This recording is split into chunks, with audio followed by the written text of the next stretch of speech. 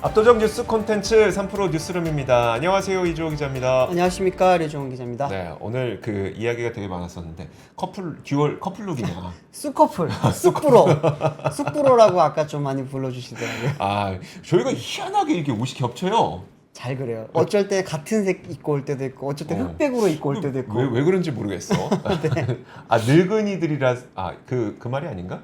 아, 우리가 늙은이들이라서 그런가? 괜히 찔렸죠. 아, 네. 저희 아직 젊은입니다. 자, 여러분 오늘 신나는 금요일입니다. 참 좋은 그럼요. 금요일이고 다음 주는 또 한 이틀 정도 또 휴일이 있으니까 여러분 네. 힘 많이 내시고 자, 주말을 앞둔 뉴스룸 한번 시작해 볼까요? 네. 자, 그러면 첫 번째 뉴스. 네. 첫 번째 뉴스부터 한번 보도록 하겠습니다. 네. 우리나라에서 아무래도 그 HBM과 관련된 그 기사들은 뭐 빼놓을 수가 없습니다. 그래서 뉴스가 나올 때마다 전해드리고 있는데 네. 오늘은 최태원 회장이 대한상공회의소 회장의 그 입장에서 AI에 대한 투자는 불확실성이 크긴 하지만 투자는 필요한 거다라는 이야기를 했던 점을 말씀을 드리도록 하겠습니다. 그러면서 이제 지금 HBM3 이 12단이 어제 SK 하이닉스에서 최초로 양산에 들어간다는 뉴스가 어제 나왔었죠. 그렇죠. 이 HBM3 이 12단에 대한 경쟁도 굉장히 치열하게 진행되고 있는 점도 덧붙여서 전해드리도록 하겠습니다. 일단 최태원 회장이 어떤 얘기를 했는지를 먼저 살펴보자면 인공지능이라고 하는 것은 불확실성이 굉장히 큰 분야인데 그렇다고 투자를 안 한다면 전체 산업의 경쟁력을 잃게 될 것이 너무나도 뚜렷하기 때문에 투자가 계속해서 필요하다라고 얘기를 했습니다. 사실 이런 멘트가 중요한 의미를 갖는 이유는 뭐냐면 아무래도 우리가 지난 2년 동안 너무나도 많은 광범위한 인공지능 관련된 투자가 진행이 되어 왔잖아요. 그렇죠. 그러다 보니까 지금은 좀 많이 나오는 이야기가 정말 수익화 모델, 비즈니스 모델이 없는 상태에서 이런 과잉 투자가 과연 지속 가능할겠느냐라는 의구심이 많이 들고 있습니다. 그러다 보니까 반도체 피크아웃 논란이 계속해서 좀 네. 일고 있는 상태인데 얼마 전에 수나르 피차이 구글 CEO가 했던 얘기처럼 그 컨퍼런스 콜에서 과잉 투자보다 과소 투자가 훨씬 더 위험하다. 그쵸. 라고 했던 것과 같은 맥락에서 최태원 회장도 AI 불확실성이 크지만 투자를 안 한다면 산업의 경쟁력을 잃을 것이기 때문에 투자가 필요하다라는 멘트를 했다고 보시면 될 것 같습니다. 그러면서 또 했던 이야기가 정보기술, 그러니까 빅테크 기업들이 엄청난 돈을 투자하고 있지만 실제로 회수는 그만큼 되고 있지 않다라고 얘기를 했습니다. 이것도 방금 말씀드렸던 아직 비즈니스 모델이 없다라는 이야기를 해놓은 것이고요. 그러면서 AI도 사실상 공급망 문제와 비슷하기 때문에 얼마나 빠른 속도로 이 전쟁을 치러야 승리할 수 있고 또 승리한다면 무엇을 얻을 수 있을지 불확실성이 크다라고 진단을 했습니다. 어느 누구도 뭘로 돈 벌 수 있을지 모르겠지만 어쨌든 지금 투자해야 된다. 그렇죠. 라는 이야기를 이번에 다시 한번 강조한 것이라고 보면 될 것 같습니다. 자, 이런 가운데 어제 SK 하이닉스가 세계 최초 12단 HBM3 이 양산을 발표했죠. 이 뉴스는 다들 보셨을 텐데 그 양산에 돌입했다는 거는 결국 대량 생산을 한다는 거니까 대량 생산하려면 누구한테 공급하는데 딱 한 군데밖에 없죠. 엔비디아 가운데서도 이게 아무래도 미국 주식 투자하는 분들하고도 많이 얽힐 수밖에 없는 게 엔비디아의 블랙웰 이슈, 그러니까 생산 품질 이슈가 좀 불거지면서 엔비디아 주가가 크게 떨어졌었잖아요. 네. 근데 HBM3 이 12단은 엔비디아 블랙웰에 들어가는 거기 때문에 네. HBM3E가 언제 양산이 되느냐 이 문제가 사실 블랙웰이 언제 출시되느냐랑 똑같이 같은 문제입니다. 그래서 동일한 문제라서 이거 미국 주식만 투자하시는 분들에게도 당연히 큰 관심을 보이고 있는 건데요. 사실 이게 양산에 들어갔다는 얘기가 나왔기 때문에 블랙웰의 그 품질 이슈로 인해서 생산 지연이 될 것이라는 그 걱정은 다소 누그러질 수 있는 그런 소식이 아닌가 싶습니다. 네. 자, 그리고 또 한 가지 보자면 삼성전자와 SK 하이닉스가 다시 한번 어김없이 비교가 될 수밖에 없는데 사실 저는 세금을 많이 내는 분을 좋아합니다. 네. 근데 작년에 삼성전자 그 작년은 적자였으니까. 네. 작년 적자였고 뭐 작년에 안 힘든 기업이 어디 있었겠습니까? 네. 근데 기본적으로 세금 많이 내는 분들은 돈을 많이 벌어서 세금을 많이 내주니까 그러면 우리가 네. 뭐 국가적으로 쓸 돈이 많다는 거라서 세금 많이 내는 분을 저는 좋아합니다. 근데 삼성전자만큼 우리나라에서 세금을 제일 많이 내는 기업은 사실 없기 때문에 저는 네. 삼성전자가 잘 됐으면 좋겠습니다만 어쩔 수 없이 HBM에 있어서는 삼성전자와 SK하이닉스가 비교가 될 수밖에 없는 거고 그쵸. 또 오늘 시장 분위기만 보더라도 SK하이닉스는 1% 넘게 올랐는데 삼성전자는 또 마이너스로 마감이 됐습니다. 결국 이거는 HBM과 관련된 기술력에 있어서 많은 부분이 삼성전자가 밀리고 있다는 것을 방증하는 것이고요. 사실 HBM3E 12단과 관련해서도 삼성전자와 SK하이닉스는 역사가 있죠. 그렇죠. 워낙 HBM에 있어서 SK하이닉스가 잘 나가니까 삼성전자가 그럼 우리가 승부수를 던지겠습니다라고 하면서 HBM3E 12단을 먼저 개발했습니다.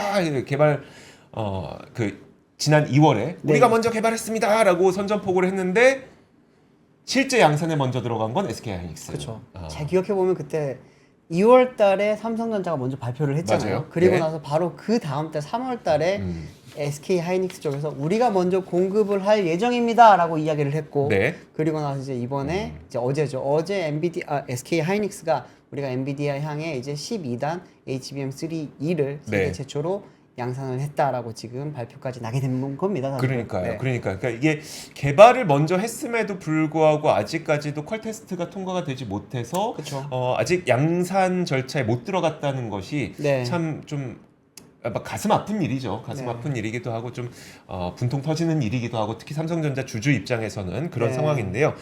여기에서 이제 한 가지 포인트를 저는 좀 보고 싶습니다. 뭐냐면 이게 블랙웰이 그러면 언제 나오느냐에 따라서 네. 지금 양산에 들어가기로 한 SK하이닉스의 HBM3 12단이 네. 언제부터 매출이 나올 수 있느냐가 정해지는 건데 그렇죠. 그것과 한 가지 더불어서 만약에 블랙웰이 빠르게 출시된다. 만약에 올 하반기에 출시된다.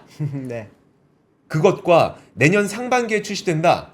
이것이 SK하이닉스, 삼성전자, 마이크론까지의 어떤 실적의 변동성을 줄 수 있다는 점도 염두에 두면 좋을 것 같습니다. 그렇네요. 예컨대 올 하반기에 빠르게 출시된다라는 시나리오가 될 경우에는 아직 마이크론이라든지 삼성전자의 HBM3 12난이 퀄 테스트가 완료가 안 됐기 때문에 그렇게 되면은 SK하이닉스가 이걸 모든 걸 다 먹는다. 그렇죠. 네, 그 시기까지는 모든 걸 다 먹는다. 네. 대신 만약에 이제 내년 상반기까지 좀 블랙웰이 밀려서 내년 상반기에 출시가 된다라고 하면은 그 시기 동안 SK하이닉스, 삼성전자, 그다음에 마이크론까지 모두 다 같이 좀 들어가서 이걸 나눠 먹을 수도 있다.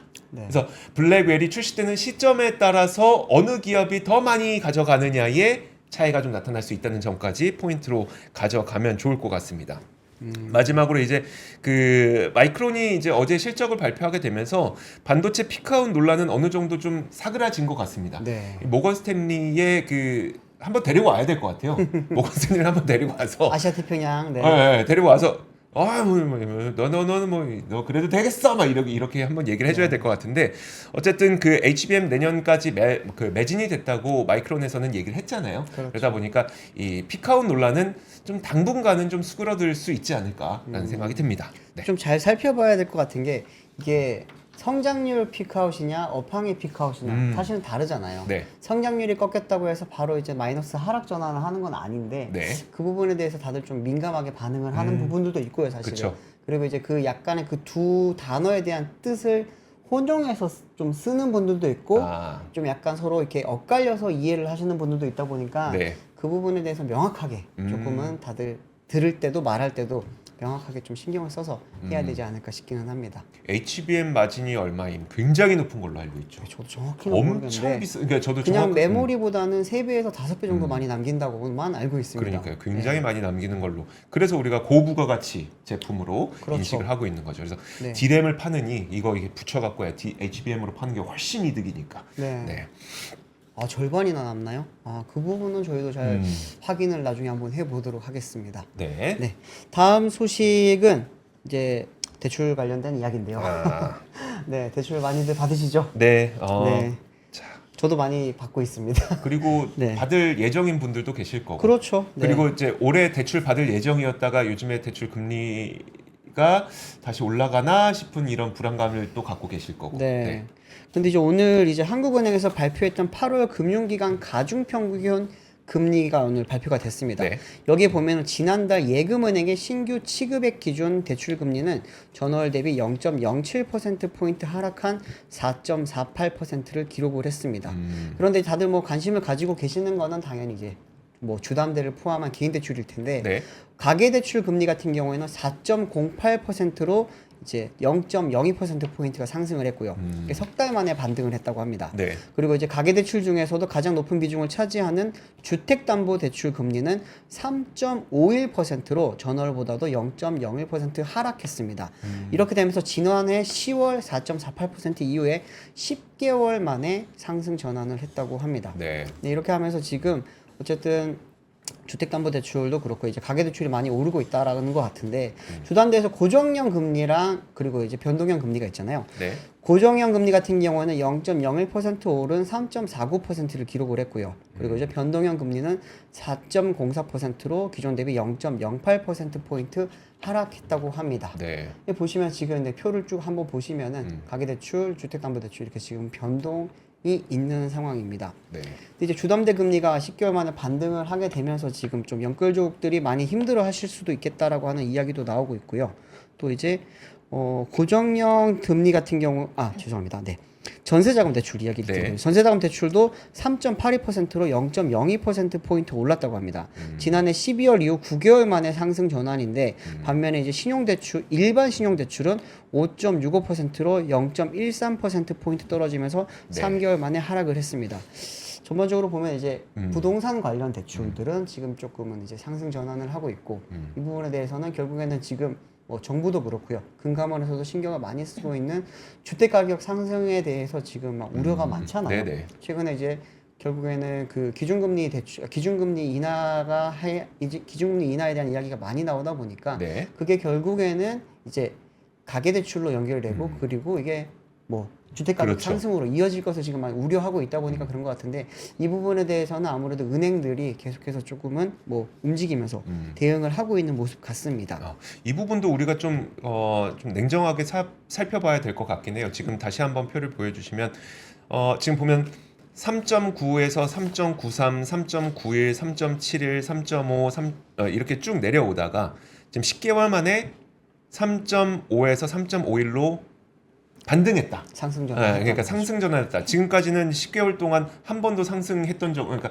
상승했던 적이 없고 내리 하락만 했었는데 그쵸. 이게 반등했다. 요게 좀 뉴스인 거잖아요. 네. 그렇다고 해서 지금 뭐 5대 시중은행들이 갑작스럽게 가산금리를 높여서 이자를 많이 받을 수도 또 없는 상황이다 보니까 그렇게 네. 되면 또 우리가 가만 있겠습니까? 그럴 수 없습니다. 너무 돈 네. 그냥 이자 장사한다라는 또 비판에 네. 처할 수가 있기 때문에 가산금리를 뭐 마냥 올릴 수는 없는 상태고 결국 이 가계대출을 조절하기 위해서 쓸 수 있는 방법은 그러니까 금리를 올리는 방법보다는 대출을 덜 해주는 방법을 좀 사용할 수밖에 없어서 총량을 줄이는 수밖에 없어서 금리가 아주 많이 올라가지 않을 가능성은 높겠지만 그래도 대출 받기는 좀 힘들어지는 그런 상황이 이어질 가능성이 높겠습니다. 이게 지금 보면 가계대출도 그렇고 주택담보대출 같은 경우에도 지금 결국엔 오르는 모습으로 바뀌었잖아요. 이렇게 되면 많이들 말씀을 하시는 게 이러면 은행만 돈 많이 버는 거 아니냐라고 하는데 은행이 돈 많이 버느냐 아니냐를 볼 때는 사실은 예대금리 차를 조금은 보면 됩니다. 지난달 예대금리 차는 1.13포인트를 기록을 하면서 지난 4월 이후 5개월 연속 축소된 상황입니다. 이게 왜 축소가 됐냐면은 예대금리 차는 결국에는 싸게 갖고 와서 비싸게 쉽게 말하면 그렇게 하면은 이제 금리 차가 커지니까 은행이 많이 남겨놓는 건데 지금 예대금리 차가 좀 많이 줄었다라는 거고요. 그리고 이제 특히나 지금 보면 이제 그 기업 대출이죠. 기업 대출 같은 경우에도 지금 많이 잠시만요. 네. 죄송합니다. 저 어디 갔죠? 예대금리 차가 일단은 많이 줄어들었고 네, 줄었고요. 제가 준비했던 걸 지금 못 찾겠습니다. 죄송합니다. 찾았습니다. 기업 대출 금리가 0.11%포인트 하락한 4.67%로 집계가 되면서 석 달 연속 떨어졌다고 합니다. 그러면 이제 결국에는 가계대출은 조금 많이 이제 줄이면서 네. 왜냐하면 이게 대출 금리를 높이면서 조금은 줄이는 모습이고 많이들 우려했던 부분이 이제 기업 대출까지 같이 줄이게 되면 어떡하냐라고 했고 네. 이게 기준금리가 내려가면은 기업 쪽으로 이게 좀 많이 풀리면 좋겠는데 그렇죠. 라고 하는 이야기가 있었는데 결국에는 기업 대출 금리가 이번에 떨어지게 되면서 이제는 이 부분도 어떻게 보면 이제 기업들이라든지 산업 쪽으로 돈이 많이 풀려갈 수 있는 그런 길을 지금 마련하고 있을 수 있다고 보면 될 것 같습니다. 중소기업 대출 같은 경우에는 0.10%포인트 떨어진 4.59%를 기록을 했고요. 대기업 대출도 이제 0.11% 하락을 하면서 4.78%로 나타났습니다. 알겠습니다. 네. 자, 이게 지금 그 뭐 영끌족 식은땀 난다라고 해서 지금 올라간 금리가 영끌족 분들에게 크게 이자를 높이진 않을 겁니다. 얼마 안 올라갔기 때문에. 근데 좀 시작이 다른 거죠. 그러니까 이제 시작 그 상승세로 다시 전환되면 어쩌냐라는 그렇죠. 그런 불안감일 텐데 네. 앞서 말씀드렸던 것처럼 지금 당장 가산금리를 막 올릴 수 있는 그런 상황은 아니기 때문에 네. 그런 식으로 다가오진 않을 가능성이 높습니다. 추가 대출을 좀 줄이는 그런 방향으로 다가올 가능성이 높아서 네. 그렇게 보시면 될 것 같습니다. 자, 그리고 다음 뉴스 한번 보면요. 다음 뉴스는 우리 한지원 기자가 준비했는데 이게 요즘에 논란이 굉장히 많이 되고 있는 이슈죠. 네, 맞습니다. 네. 그 지금 배달 업계가 이제 국정감사를 앞두고 지금 계속 논란이 되고 있는데 네. 그 최근 이중 가격제 논란이 불거지면서 이제 1인 배민이랑 네. 쿠팡이츠가 이제 설전을 벌이고 있습니다. 네. 근데 여기에 이제 어제 요기요도 참여를 하면서 조금 더 이제 불을 붙이고 있는데 이중 가격제가 일단 오프라인 매장과 배달 앱상의 이제 메뉴의 가격 차이가 좀 있는 거잖아요. 네. 근데 이제 어제 요기요에서 낸 보도 자료 일부를 제가 준비를 했는데요. 네. 그 요기요 라이트 요금제를 도입한 지 이제 한 달 만에 그 신규 가게 입점 수가 16.6% 증가했다는 내용입니다. 네. 여기서 이제 자료 첫 줄을 보면은 무료 배달 요금 아직도 사장님이 내세요라고 적혀 있잖아요. 이 말은 네네. 우리 빼고 나머지 배민과 쿠팡이츠는 사장님이 요금 내고 있어요라는 네, 이야기잖아요. 그렇죠. 네, 그렇죠. 그래서 딱 이렇게 저격을 하고 이제 있는 상황에서 네. 또 이제 라이트 요금제를 이제 업계 최저 수준의 중개 수수료라고 이제 표현을 하면서 이제 대놓고 이제 딱 저격을 한 거죠. 그러면서 네. 배달 3사 중 가장 저렴한 수수료다 이렇게 표현을 하게 됐습니다. 근데 또 이제 경쟁 배달 앱들이 일부 배달 유형만 이제 무료 배달을 하고 있잖아요. 네. 그런 점도 이제 지적을 하면서 요기요 라이트는 배달 유형에 상관없이 배달비를 이제 100% 지원한다고 적혀 있고요. 근데 사실 이게 배민을 저격한 걸로 파악이 되는데 네. 배민의 경우는 이제 자체 배달인 배민 배달이랑 가게 배달 이렇게 두 가지 서비스를 운영을 하고 있고 네. 이 중 배민 배달만 이제 주문을 무료로 배달하고 있습니다. 근데 이제 이렇게 업계에서 최근 이중 가격제 불똥이 이제 업계 전반으로 이제 확산이 되면서 요기요도 이제 가만히 있을 수만 없어서 이렇게 입장문을 발표한 게 아니냐 이런 해석이 나오고 있고요. 네. 그리고 이제 무료 배달 서비스를 둘러싸고 이제 배달앱 갈등이 엄청 깊어지고 있는데요. 그 이중 요금제 논란에 대해서 쿠팡이츠가 24일 이제 자사 뉴스룸에 입장문을 발표를 했습니다. 그걸 네. 한번 보여주시면은 제가 일부를 가져왔는데요. 그 특정 배달 업체에서 무료 배달을 비용을 이제 외식 업주한테 전가를 한다 이러면서 A사와 이제 자사의 뭐 무료 배달 비용이나 방문 포장 수수료, 중개 수수료, 뭐 영업이 이렇게 비교를 한 정리된 표입니다. 네. 근데 사실 이게 A사라고 익명으로 포기를 한 건데 네. 사실 이게 배민의 시그니처인 이 파란색 컬러 민트 색깔이 사용이 됐고 네. 또 최근에 이제 배민이 중개 수수료를 인상을 하면서 누가 봐도 이제 저격을 한 모양새로 보이는데요. 네. 그러자 이제 배민 운영사 이제 우아한 형제들이 바로 다음 날 이제 입장문을 발표를 했습니다. 그러면서 이제 최근 한 배달 업체가 이중 가격제 원인이 당사에 있는 것처럼 밝혔으나 이는 이제 배민 배달과 가게 배달을 섞어 사실을 왜곡한 거다. 이렇게 말을 하면서 이제 좀 이 같은 주장을 계속한다면 이제 법적 대응도 검토를 하겠다. 이렇게 강력하게 말을 했고요. 네. 사실 이제 배달앱 시장 점유율은 배민이 독보적으로 네. 1위였잖아요. 그쵸. 그래서 다음 표를 보여주시면은 이제 상반기까지 60%였던 점유율이 58.7%로 좀 떨어졌고 이제 10%대였던 쿠팡이츠가 22.7%까지 이제 상승을 했습니다. 원래 요기요가 2등이었는데 네. 3등으로 이제 밀려난 상황이고요. 이렇게 이제 배민이 쿠팡이츠처럼 전면 무료 배달을 시행을 하다가 이달부터 이제 유료 멤버십 혜택으로 좀 바꾸면서 이런 이제 떨어지고 있는 점유율을 좀 지키기 위해서 노력하는 모습이 계속 보이고 있는데 근데 이제 배민 위기가 여기서 끝이 아니고 네. 오늘 그 한국 프랜차이즈 산업협회가 우한 형제들이 이제 독과점 지위를 이용해서 정당한 이유 없이 이제 점주에게 받는 수수료를 좀 인상을 하겠다 이러면서 이제 공정거래법 위반을 했다면서 이제 신고를 하겠다고 나섰습니다. 그래서 한번 사진을 보여주시면은 오늘 그 중구 대한항공회의소에서 기자간담회를 열었는데요. 이게 기자간담회 사진을 보면은 배민이 이제 무료 배달을 도입해서 점주들에게 배달비 책임을 전가하고 있다. 네. 이러면서 지적을 했고요. 이제 점주 부담률이 좀 상당한 게 한눈에 표를 봐도 보이시죠. 그래서 이제 이렇게 높은 수수료율 때문에 팔면 팔수록 그 손해를 보는 구조가 계속 되는 거고요. 네. 또 점주가 이제 비싼 배달 수수료를 부담을 하다 보니까 이중 가격제를 운영하지 않을 수는 없다. 이렇게 말을 하고 있습니다. 그래서 협회는 이제 배달앱 중에 배민만 문제 삼은 것 이유에 대해서는 배민이 이제 부동의 1위 사업자이기 때문에 네. 배민의 이런 불공정 행위를 광범위하게 하는 것으로 판단해서 이제 가장 먼저 신고를 하게 됐다. 이렇게 말을 하기도 했습니다. 좀 뭐 요즘 배민이나 배달을 많이 써보시죠? 네, 저는 사실 배민을 가장 그러니까 맨 처음에 사용을 하다 보니까 네. 이제 바꾸지 않고 계속 사용하는데 이제 계속 이런 점주들이랑 문제점도 생기고 이래서 조금 다른 데로 갈아타야 되나 이런 생각도 들기도 하고. 네.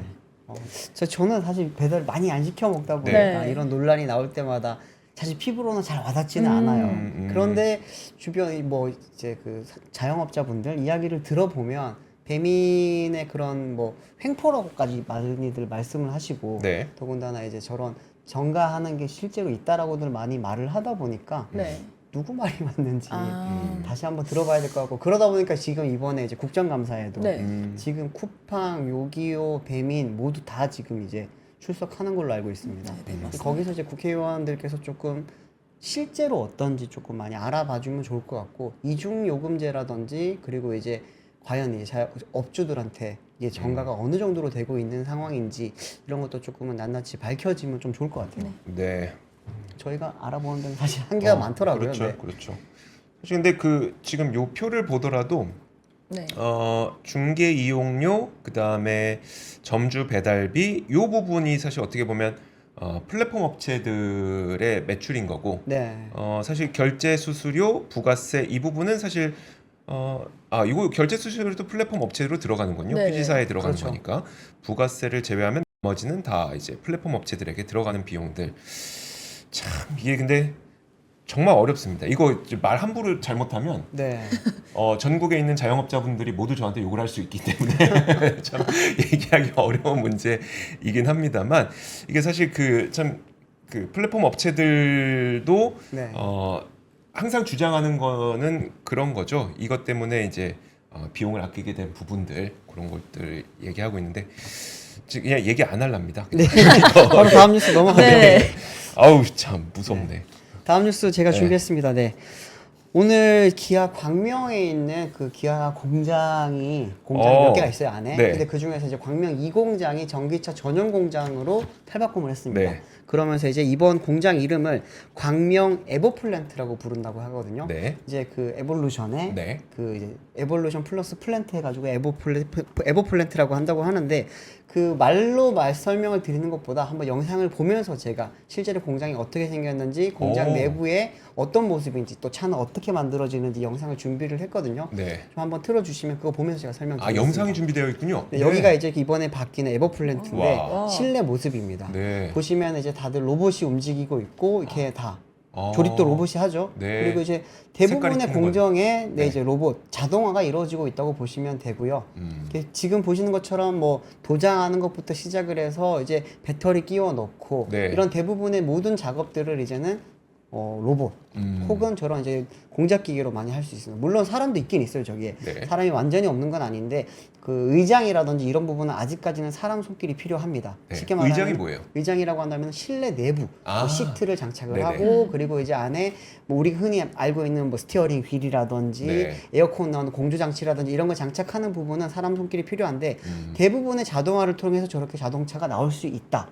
그리고 이제 저 공장은 전기차 전용 공장으로 만든다. 어. 이렇게 해서 지금 나온 게 이번에 광명 에버플랜트입니다. 어. 현대차 그룹 같은 경우에는 지금 이제 저런 전기차 전용 공장을 많이 지금 지으려고 하고 있거든요. 네. 이미 발표했던 부분들이 몇 개 있지만 아시겠지만 기아 같은 경우에는 오늘 이제 준공을 한 그 광명 2공장, 네. 광명 에버플랜트 2공장이 입에 붙어서 죄송합니다. 광명 에버플랜트 그리고 이제 화성에도 지금 PBV 전용 공장을 또 지금 새로 짓고 있습니다. 네. 그리고 이제 현대차 같은 경우에는 울산 공장에 지금 전기차 전용 공장을 짓고 있고 또 하나는 바로 다음 달이에요. 네. 바로 다음 달에 미국 조지아에 이제 오픈을 하게 되는 HMGMA라고 하는 현대 이제 메타플랜트 네. 친환경차 전용 공장을 만들게 됩니다.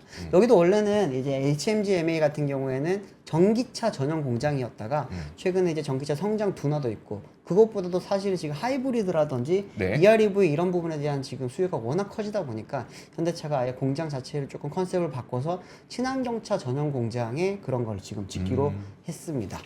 이번에 이제 광명 에버플랜트 같은 경우에는 지금 연간 15만 대를 생산을 할 수 있다고 하고요. 네. 바로 이제 EV3 EV3를 이제 지금부터 바로 생산에 돌입을 하게 되고 내년에는 이제 EV4라고 하는 차가 있습니다. EV4가 어떤 거냐면 이제 준중형급 세단에 네. 어떻게 보면 약간 우리가 아반떼급 혹은 이제 뭐 그 어디죠? K3만한 네. 그런 만한 이제 그런 전기차인데 사실 많은 분들이 우리나라 분들이 워낙 큰 차를 좋아하다 보니까 큰 차에 대한 수요가 많았었는데 전기차 성장 둔화가 됐던 직접적인 요인 중에 하나가 크고 비싼 전기차에 대한 사람들의 수요가 적어진 겁니다. 네. 사실 뭐 펠리세이드와 EV9만 비교를 해보더라도 가격 차이가 거의 2천만 원에서 3천만 원 정도 나거든요. 네. 그렇기 때문에 이제 많은 분들이 이럴 거면 내가 전기차를 왜 사냐라고 하면서 많이 돌아서면서 사실은 이제 작은 전기차의 수요가 다시 지금 높아지고 있는 상황입니다. 거기에 맞춰서 EV3가 나왔고 내년에는 EV4가 나올 예정인데 이거 역시도 이제 광명 에버플랜트에서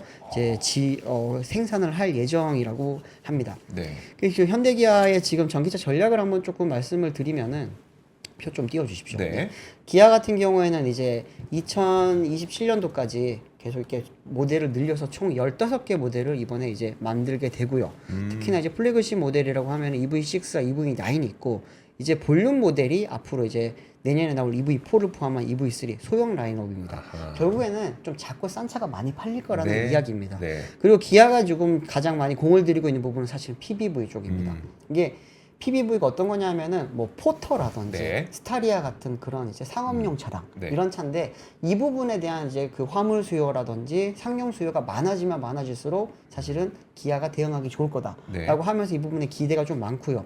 현대 같은 경우에는 지금 최근에 전략을 좀 바꾸긴 했지만 어쨌든 2030년까지 이렇게 지금 많이 만든다고 합니다. 지금 결국엔 200만 대를 만들 예정인데 현대 기아가 이렇게 되게 되면은 아무래도 글로벌 지금 전기차 3위를 목표로 하고 있습니다. 네. 3위 앞에 어디가 있냐면 3위가 목표예요? 네. 몇 년까지요? 2030년까지요. 2030년까지. 앞에 어디가 있는지 들으면은 아실 거예요. 토요타. 아니죠. 뭐요? 전기차 3위. 전기차 3위. 네. 전기차 3위를 하기 위해서는 앞에 있는 많은 회사를 다 지금 치고 나가야 됩니다. 네네. 어디가 남냐 하면 결국에는 BYD랑 테슬라가 남는 건데 네. 지금 현대기아가 합치게 되면은 그룹 차원에서 글로벌 한 9위 정도 하고 있습니다. 그러면 앞에 한 6개를 앞서 나가야 돼요. 네. 그 앞에 있는 회사들이 엄청나게 지금 사실은 강한 회사들입니다. 누구입니까? 대략.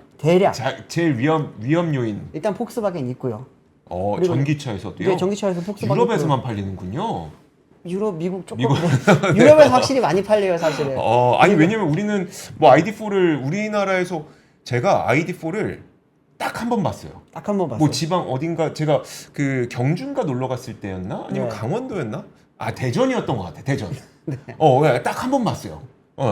ID4가 최근에 많이 팔렸어요. 최근에 많이 최근에 팔렸군요. 할인을 엄청 했습니다. 아. 엄청 하면서 지금 이제 올해 재고 물량 다 털었다고 들었는데 네. 많이 팔렸고 그리고 이제 유럽 시장에서는 사실은 ID3도 많이 팔리고 있고요. 네. 그리고 폭스바겐 브랜드 안에 브랜드가 한 10개 넘습니다. 네. 그러다 보니 거기에 속해 있는 아우디라든지 스코다라든지 여러 브랜드들이 많은데 거기 이제서 그 브랜드들을 조금은 싸고 네. 어떻게 보면 이제 뭐 ID4가 사실은 투싼만한 그런 차잖아요. 네. 이제 그런 차에 대한 수요가 많다 보니까 그런 것도 많이 팔리고 또 이제 유럽은 여전히 해치백 거기 수요가 아직 많기 때문에 해치백 중에서 탈만한 전기차는 뭐 역시나 ID3 그렇기 때문에 이제 많이 팔리고 있고요. 또 나머지는 다 중고 업체죠. 중국 업체들이 앞에 쭉 서 있습니다. 지금 뭐 리오토도 있고요, 뭐 지리자동차도 있고 그 부분들을 다 이렇게 이겨내야지만 사실은 3등을 할 수 있는데 현대기아가 그걸 이제 잡기 위해서 전기차 라인도 많이 만들고 있고 또 최근에 이제 발표했던 EREV, 네. EREV 좀 많이 기대됩니다. 사실 EREV 같은 경우에는 전기차에 대한 기술력이 더 중요해요. 하이브리드는 어쨌든 내연기관 기술력도 많이 중요하지만 EREV는 이제 결국에는 내연기관은 발전기 역할만 네. 하기 때문에 전기차로서의 그 성능이 훨씬 더 중요해지니까 이 부분에 있어서 현대기아가 조금은 강점을 좀 가질 수 있지 않을까 그런 생각이 듭니다. 네. 그럼 EREV에 들어가는 엔진은 네. 우리가 생각하는 고성능 엔진은 아니겠네요. 아니죠. 그냥 발전기용 엔진 정도. 네, 아주 조그만한 엔진이 들어간다고 보시면 됩니다. 네. 알겠습니다. 자, 그래서 저도 이제 그 기아에서 에버 플랜트를 준공했다고 하길래 어떻게 네. 생겼는지 궁금했는데 멋있네요. 멋있죠. 사람이 없어. 이게 마이너리티 리포트 생각난다는 분들 되게 많았어요. 저도 그랬거든요. 근데 진짜 사람이 아예 없는 공장도 있어요. 그래요? 예. 지금 싱가포르에 있는 HM직스라고 하는데 가면은 네. 사람 없이 진짜 로봇이 그냥 차 다 만듭니다. 음. 차 다 만들고 거기에 이제 신기하게도 차를 그 만들려면은 지금은 컨베이어 벨트에서 차가 실려서 쭉 돌아다니면서 공정마다 사람들이 지금 뭐 조립을 하잖아요. 네. 근데 그곳에 가면은 로봇이 일단 차를 싣고 다닙니다. 음. 로봇이 차를 싣고 다니면서 로봇한테 가요. 그러면 조립하는 로봇이 조립을 하고 나면은 얘가 또 그 실려 있는 로봇이 또 다른 공정으로 가고 그럼 거기서 또 다른 로봇이 또 조립을 합니다. 네. 근데 그거에 대한 확대 버전이 이제 그 울산 공장에 짓고 있고요. 네. 또 지금 바로 볼 수 있는 HMGMA라고 하는 거기 미국 공장에서도 그 부분이 이제는 많이 적용될 예정이라고 합니다. 네, 알겠습니다. 네. 자, 다음 소식도 전해드리도록 하겠습니다. 다음 소식은 좀 간략하게 전해드릴 텐데 오늘 아침에 류종원 기자가 어제 SK온에서 이제 희망퇴직을 받기 시작했다. SK텔레콤마저도 희망퇴직을 받기 시작했다라는 뉴스를 전해줬는데 오늘 또 이제 G마켓까지도 희망퇴직에 돌입을 했습니다. 이제 이마트, 그러니까 신세계그룹이 고강도의 구조조정을 하고 있는 것으로 보이는데요. 네. 일단 어떻게 진행되고 있는지부터 살펴보면 G마켓이 오늘 오전 사내 게시판에 희망퇴직을 공지를 했고 근속 2년 이상의 정규직 직원들을 대상으로 희망퇴직을 받기로 했습니다. 만약에 희망퇴직을 신청하게 되면 법정퇴직금 주는 것은 당연한 거고 그 네. 외에 위로금을 얼마를 줄 건지 보니까 월 급여의 근속 연수를 곱한 금액이 지급이 됩니다. 그래서 뭐 만약에 500만 원 받던 분이 10년 일하셨다 그러면 네. 이제 5천만 원 받아서 나오실 수가 있는 건데 뭐 희망퇴직이 승인된 직원은 최대 2개월의 무급휴직도 신청할 수 있다. 이렇게 얘기가 나오고 있습니다. 사실 그 이마트를 그러니까 신세계그룹은 작년 연말부터 굉장히 강력한 구조조정을 좀 실시하고 있다고 보시면 될 것 같아요. 왜냐하면 작년 연말에는 먼저 임원들이 싹 갈렸죠. 첫 번째로 임원들이 싹 갈리고 올 연초에 이마트에서 3, 4월 창사 이래 첫 번째 전사적 희망퇴직이 단행이 됐고요. 네. 그 다음에 얼마 전 7월인가 6월에 그 우리가 SSM 있죠. 기업형 슈퍼마켓 이마트 그 SSM도 지난 6월에 첫 번째 희망퇴직을 열었습니다. 그러니까 임원 먼저 했고 이마트 하고 네. 이마트 에브리데이 하고 이번에 G마켓까지 했다. 이렇게 그러니까 연달아서 구조조정이 계속해서 이루어졌다라고 보시면 될 것 같습니다. 그룹 전체가 지금 이제 구조조정을 진행하고 있는 그렇죠. 상황이네요. 사실 그 저희도 그런 내용을 한번 전해드린 바가 있는데 네. 굉장히 좀 강력한 구조조정을 이마트에서 진행을 하고 있는 것 같다라는 말씀을 좀 드렸었어요. 그리고 네. 나서 저희가 그 내용을 보도하고 그 이후에 제가 저희 동네에 이마트 에브리데이가 있고 그 다음에 그냥 동네 마트 있잖아요. 네네. 그러니까 동네 되게 큰 마트가 있어요. 근데 그 두 군데 중에 저는 한 번도 그러니까 이사를 가서 한 번도 이마트 에브리데이를 잘 안 갔어요. 비싸서. 좀 비싸죠, 맞아요. 비싸서 안 갔어요. 항상 그 우리 동네 마트를 갔었는데 그 뉴스가 있고 나서 그냥 우연찮게 한번 갔었는데 이게 그 우리가 제품의 단가를 낮출 수는 없잖아요. 네. 제품 단가는 뭐 이제 공급받는 가격이 있기 때문에 제품 단가는 못 낮추지만 1+1 제품이 굉장히 많아졌다는 느낌을 받았어요.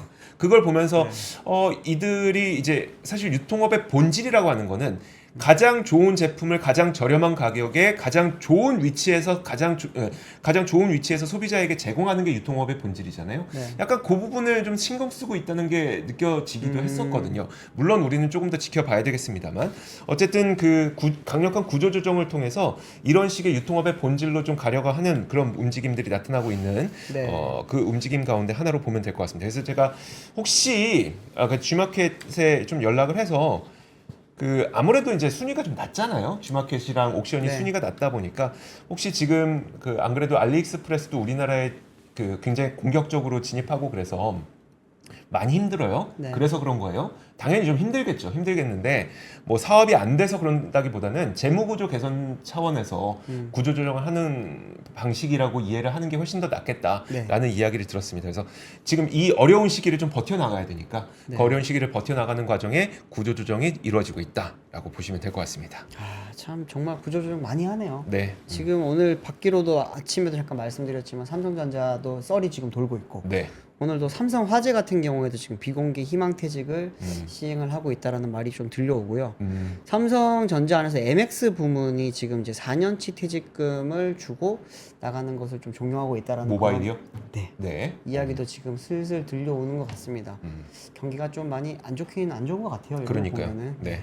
그러니까 이 기간을 버티기 위해서는 실탄을 마련해 놔야 된다는 그렇죠. 기업들의 그 위기감들이 네. 이런 구조 조정으로 좀 나타나고 있습니다. 자, 그러면 저희 오늘 3프로 뉴스룸은 여기까지 하도록 하겠습니다. 이제 주말입니다. 여러분들 주말 잘 보내셨으면 좋겠고 우리가 주중에는 참 가을 날씨가 좋았는데 네. 주말에도 날씨가 좋았으면 좋겠네요. 네. 주말에 좋아야지. 주중에 좋으면 뭐하나. 사무실만 있는데. 사무실만 있는데. 근데 이제 집에만 있으셔야 되는 거 아니에요? 애기 보느라. 아, 저만 생각합니까? 우리 구독자분들은 생각 안 합니까? 우리 구독자분들 다 애 키우는 그분들도 네. 이제 좋은 날씨에 나가 노셔야죠. 네, 자, 그렇죠. 여러분들 주말 잘 보내셨으면 좋겠고요. 저희는 다음 주 월요일에 오도록 하겠습니다. 고맙습니다. 네, 감사합니다. 감사합니다.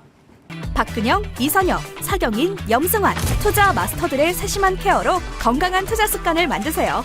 3프로 멤버십 3프로 앱에서 확인하세요.